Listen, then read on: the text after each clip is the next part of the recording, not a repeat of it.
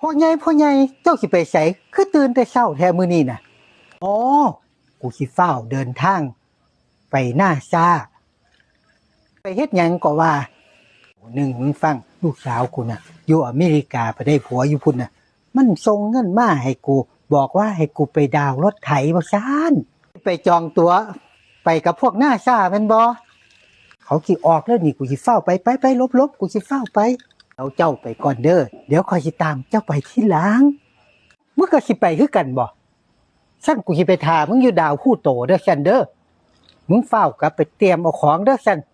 จังได๋กูก็ไปพ้อกันกลางทางเด้อกูสิท่ามึงอยู่ดาวผู้โตเด้อหามเด้อแล้วแม่นแล้ว